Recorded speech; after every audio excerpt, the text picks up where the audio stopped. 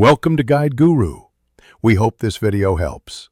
You start by making sure the Dime 3 has enough battery and is physically close to your iPhone. Low power can prevent pairing. Once done, open Settings and tap Bluetooth so the phone is actively scanning.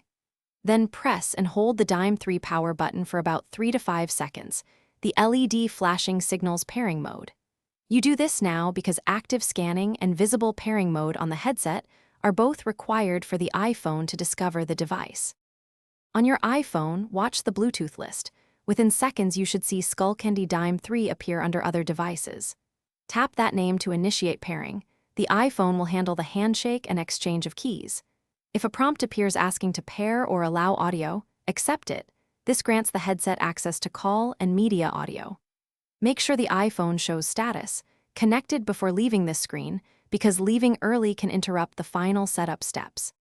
Finally, test by playing music or a video and adjust iPhone volume. Confirm audio is routed to the Dime 3.